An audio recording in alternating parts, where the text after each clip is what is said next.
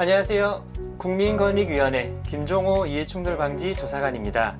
2022년 5월 19일부터 시행되는 공직자의 이해충돌방지법, 2021년 5월 법 제정 이후 1년의 준비기간을 거쳐 법을 시행하게 됐습니다. 공직자가 알아야 할, 그리고 공직자가 지켜야 할 이해충돌방지법의 핵심 내용을 소개해드리는 시간을 마련했습니다. 공직자의 이해충돌방지법을 소개하기 전에 용어에 대한 이해가 필요할 것 같습니다. 이해충돌이란 공직자가 직무를 수행하면서 자신의 사적 이해관계와 관련해 공정하고 청렴한 직무 수행이 저해되거나 저해될 우려가 있는 상황을 의미합니다. 업무상 알게 된 정보로 인해 사적인 이익이 발생할 수 있는 상황인 거죠. 그렇지만 이해충돌 그 자체는 부패가 아닙니다. 이해충돌 상황에서 공직자가 사적인 이익을 추구하는 것이 바로 부패행위입니다. 따라서 이러한 상황을 관리하고 통제해서 공정한 직무 수행을 보장하고 부패를 사전에 예방해 공공기관에 대한 국민의 신뢰를 확보하는 것이 바로 이해충돌방지법의 제정 목적이라고 할 수 있습니다. 이해충돌방지법의 적용 대상을 살펴보겠습니다. 이해충돌방지법은 모든 공공기관의 공직자에게 적용됩니다.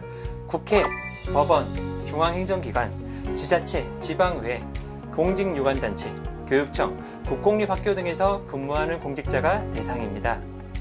공직자의 이해충돌방지법 내용을 살펴볼까요? 앞서 이해충돌방지법이 공직자의 공정한 직무 수행을 보장하고 부패를 사전에 예방하는 목적으로 제정된 법이라고 소개를 해드렸습니다. 이해충돌방지법은 부패 예방을 위한 10개의 행위 기준을 제시하고 있는데, 공직자가 따라야 할 5개의 신고 제출 의무와 하지 말아야 할 5개의 제한, 금지 행위로 나뉘어집니다. 공직자가 꼭 해야 할 첫 번째, 사적 이해관계자 신고 회피 의무입니다. 사적 이해관계자 신고 회피를 해야 하는 대상은 인허가나 행정지도 단속, 보조금 등의 지급, 계약, 수사, 재판 채용, 승진, 평가, 포상 등 법에서 정한 16가지 직무 유형의 직무를 담당하는 공직자입니다. 16가지 업무를 담당하는 공직자는 상대할 직무 관련자가 사적 이해관계자임을 아는 경우 안날로부터 14일 이내에 소속 기관장에게 그 사실을 서면으로 신고하고 회피를 신청해야 합니다. 공직자가 꼭 해야 할 두 번째, 공공기관 직무 관련 부동산 보유 매수 신고 의무입니다. 이해충돌방지법 제정의 중요한 계기가 된 사건이 바로 직무상 비밀 등을 이용한 공직자들의 부동산 투기 의혹이었는데요. 부동산을 직접 취급하는 공공기관의 공직자는 본인이나 배우자 또는 생계를 같이 하는 본인과 배우자의 직계 좀비 속이 기관의 업무와 관련된 부동산을 보유하고 있거나 매수하는 경우 이를 알게 된 날로부터 14일 이내에 이를 기관장에게 신고해야 합니다. 예를 들면 소속된 기관이 부동산 취급을 주 업무로 하지는 않지만 도시 재개발이나 산업단지 조성 등의 부동산 개발 업무를 담당한다면 그 기관 소속 공직자는 자신 또는 가족이 관련 부동산을 가지고 있거나 매수할 때 반드시 신고해야 합니다. 공직자가 꼭 해야 할 세 번째, 고위공직자의 민간부문 업무활동 내역 제출입니다. 공공기관과 민간의 유착을 예방하기 위해 고위공직자는 민간부문 업무활동 내역을 제출해야 하는데요. 예를 들어 민간에서 임용된 고위공직자는 임기가 개시되기 전 3년 동안 민간 분야에서 어떤 업무 활동을 했는지 그 내역을 임용 후 30일 이내에 기관장에게 제출해야 합니다. 여기서 고위공직자는 공직자윤리법상 등록재산을 공개하는 공직자는 대통령, 국회의원, 지자체장, 일정 직위 이상의 법관과 검사, 공기업의 장이나 상임감사 등을 말합니다. 공직자가 꼭 해야 할 네 번째, 직무 관련자와의 거래신고입니다. 공직자는 본인과 배우자뿐만 아니라 부모와 자녀, 그리고 생계를 같이 하는 장인, 장모, 시부모 등이 직무 관련자와 금전이나 부동산 등을 사적으로 거래한 경우 이를 전날로부터 14일 이내에 기관장에게 신고해야 합니다. 또한 공직자 본인, 배우자, 직계 좀비속 등이 일정 비율 이상의 주식, 지분 등을 보유한 법인, 단체인 특수관계 사업자가 직무 관련자와 사적 거래를 하는 경우에도 신고해야 합니다. 공직자가 꼭 해야 할 다섯 번째, 퇴직자 사적 접촉 신고입니다. 이 행위 기준은 퇴직자와의 부적절한 접촉이나 전관예우 후욕을 사전에 방지하기 위한 것인데요. 소속기관에서 퇴직한 지 2년이 지나지 않은 퇴직자가 인허가를 신청해 처리 중이거나 계약 상대방이 되는 등 직무 관련자에 해당하는 경우 퇴직자와 골프, 여행, 사행성 오락을 하게 되면 반드시 신고하셔야 합니다. 이번에는 이해충돌방지법의 10개 행위 기준 가운데 공직자가 하지 말아야 할 5개의 제한, 금지 행위를 소개해 드리겠습니다. 공직자가 절대 하지 말아야 할 첫 번째, 직무 관련 외부활동 제한입니다.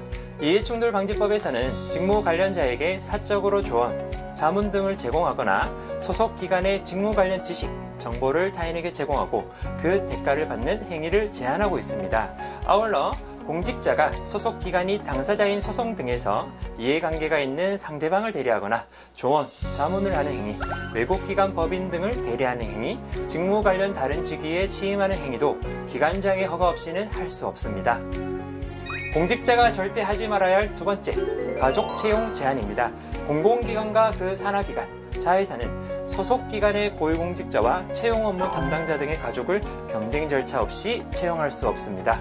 모든 공공기관은 소속 고위공직자와 채용 담당자의 가족을 경쟁 절차 없이 채용할 수 없고, 산하기관은 감독기관의 고위공직자 가족, 자회사는 모회사 소속 고위공직자의 가족을 채용해서는 안 되며, 고위공직자 등은 자신의 가족이 경쟁 절차 없이 채용되도록 지시, 유도, 묵인해서는 안 됩니다.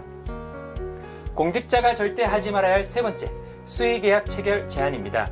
공공기관은 고위공직자, 계약 담당 공직자뿐 아니라 해당 기관을 감독하는 소관상임위원회의 국회의원, 지방의회 의원 및 그 가족, 그리고 그들이 대표자인 법인, 단체나 그와 관계된 특수관계사업자와 수의계약을 체결할 수 없습니다. 고위공직자 등이 수의계약을 지시, 유도하거나 묵인하는 행위도 금지됩니다. 사실 수의계약이 제한되는 범위는 상당히 넓어서 자칫하면 위반하기 쉬운데요.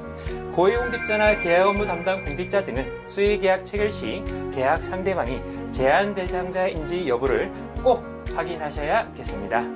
공직자가 절대 하지 말아야 할 네 번째, 공공기관 물품 등의 사적 사용 수익 금지입니다. 이제는 많이 사라졌겠지만 공직자들이 관용 차량이나 공용 물품을 사적으로 사용하거나 공용시설 등을 이용해 수익을 얻는 경우가 있었습니다. 이해충돌방지법은 공직자가 공공기관의 물품 등을 본래의 목적과 달리 개인적인 편의나 이득을 위해 사용하는 행위도 금지하고 있습니다.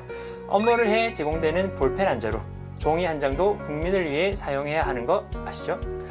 공직자가 절대 하지 말아야 할 다섯 번째, 직무상 비밀 등 이용 금지입니다.